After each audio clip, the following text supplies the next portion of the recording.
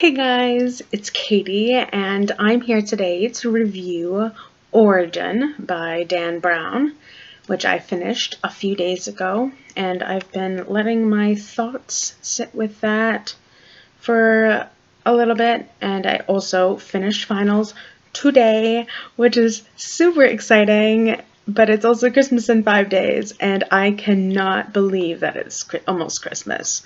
Honestly, my mind is blown. It is also dead, but that's beside the point. And I have read all of Dan Brown's books, and I've liked all of them.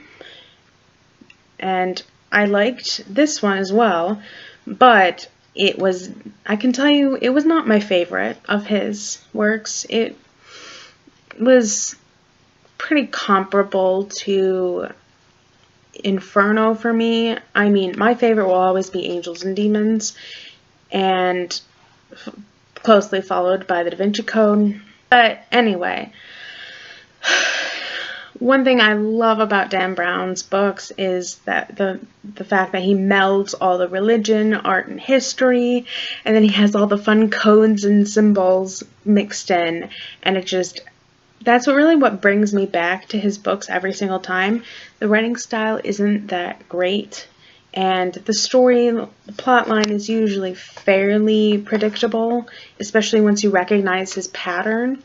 But the fact that he tends to examine a different group and a different artist every single time, it just is really neat and really fun for me, and he goes to different countries every time, and as someone who loves to travel, I love getting to experience new cultures and countries through his books, because then it makes me want to go there. Or like what happened with Angels and Demons, I finished the book when I was in Italy, and then like about a week or so later, we ended up going to Rome, and I went to literally every place that was mentioned in the book, and that was really, really, really fun for tangent a little bit.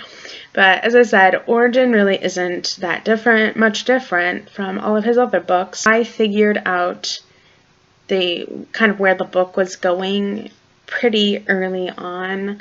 I figured out the result of the mystery and just kind of where it was going, but I mean, despite all of that, it didn't detract for me, and the history and just getting to see how he writes about all these different groups and everything, it's just really fun for me.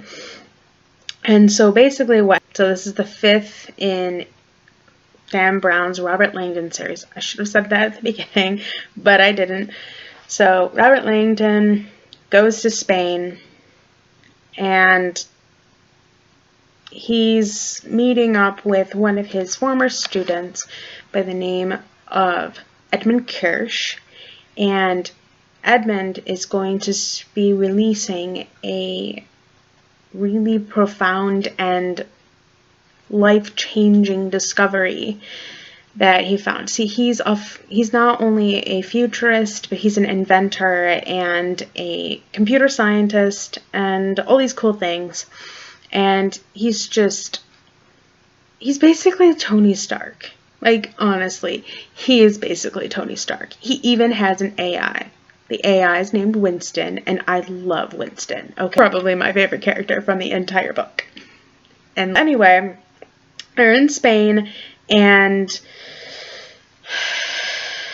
in most of his other books, he uses classical art to lead us to the prize at the end, but in this book, it was really focused on modern art, which is not something that I'm well versed in or really understood or enjoyed that much of before I read this.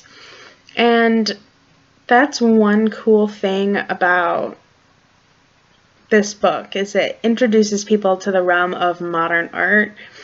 And now that I've read it, I have a bit of a different understanding and appreciation of modern art, which I did about in Italy.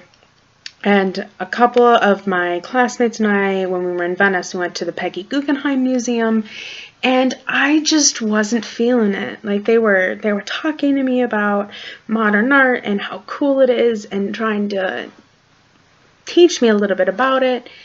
And I was like, okay, this is kind of interesting, and I'm learning something new because I was with a bunch of art and art history majors. I was just pure history and classics. But I'll never forget, one of my classmates was super into modern art, and so I walked around the museum with her, and she was talking to me and explaining things to me, and I just remembered being like, how is red paint splattered on a canvas art? And she was talking to me about it, and now reading Origin, that really helped me understand modern art, just get a different perspective on it, and I don't know, I just find it a little bit more intriguing now, and it might be something that I look into again someday.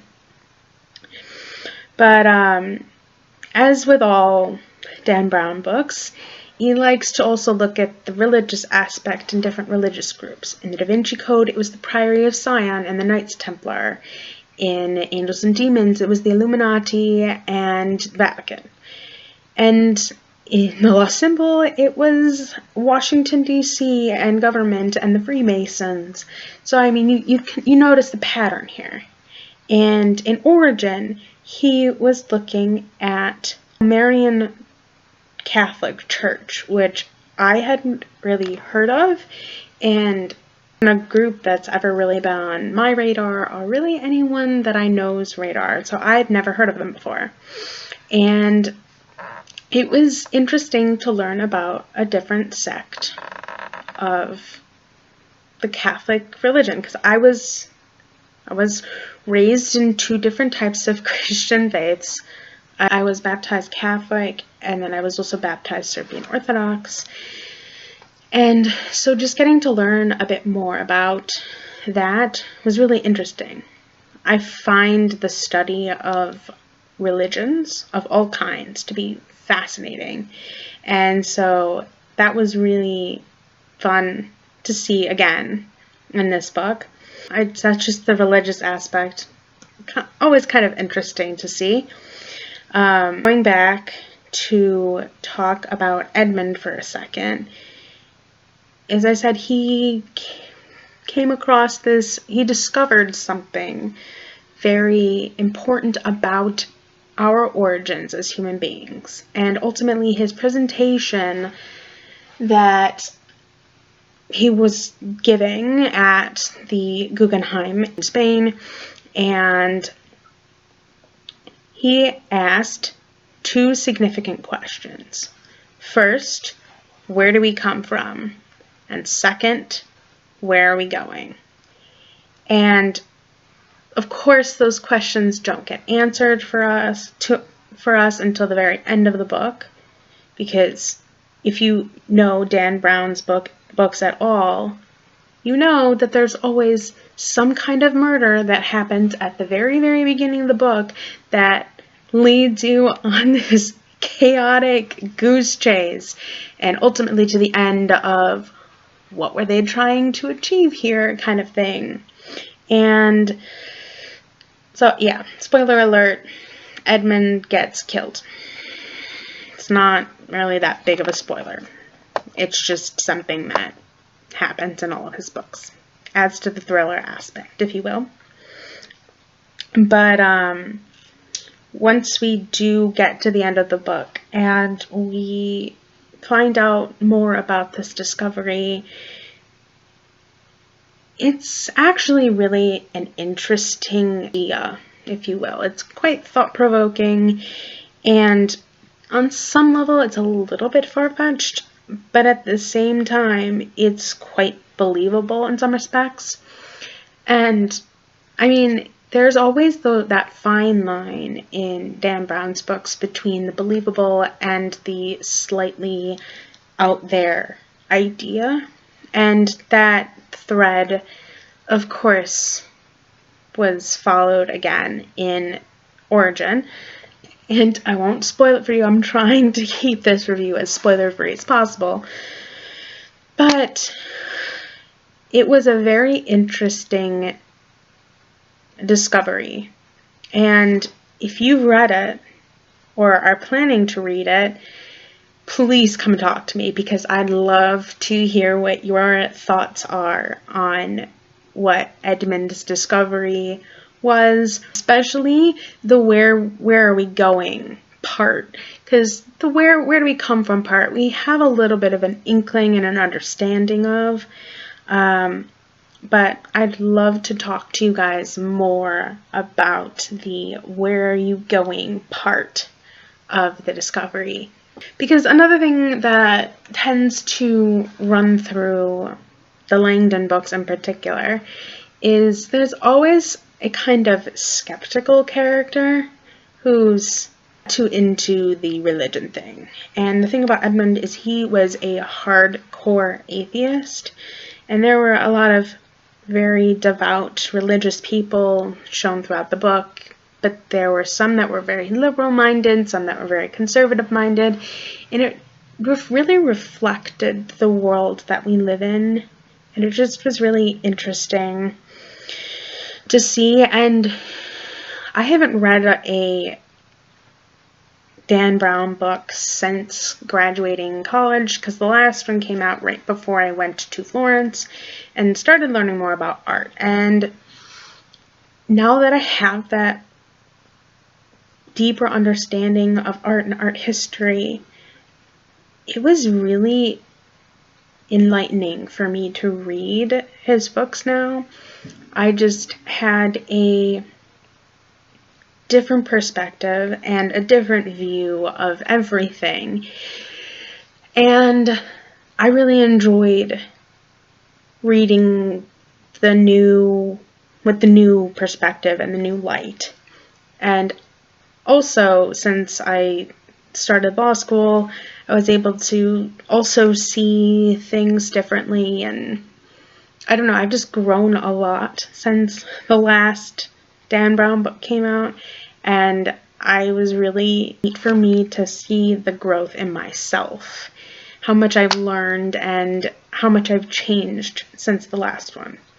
Is if you understand the art and you understand the history and the religion and everything, it really gives you a richer understanding and a richer experience while reading the book. It's not.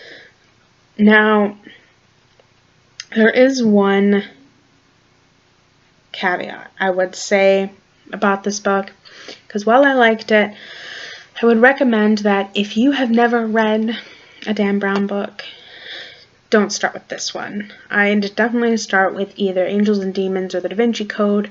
They're more of his well-known books. They're the more suspenseful ones. They're just some of his better works.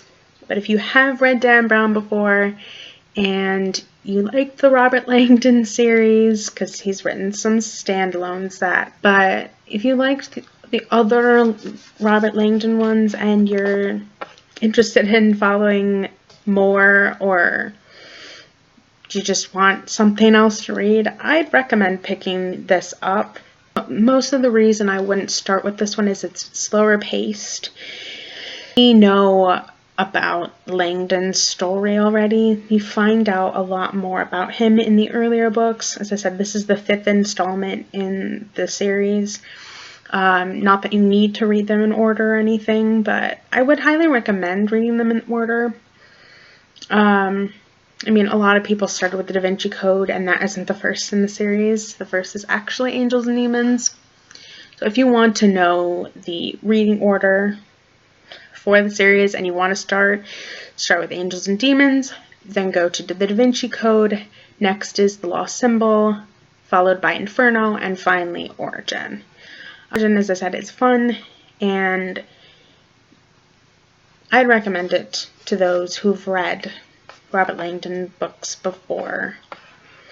And overall, I ended up giving this a 4 out of 5 stars on Goodreads, and I enjoyed reading it. It was a quick read, an easy read, one that I can put down and walk away and go and study for my final exams for, and then pick up and just remember where I left off. And I'm glad that I ended up reading it when I did.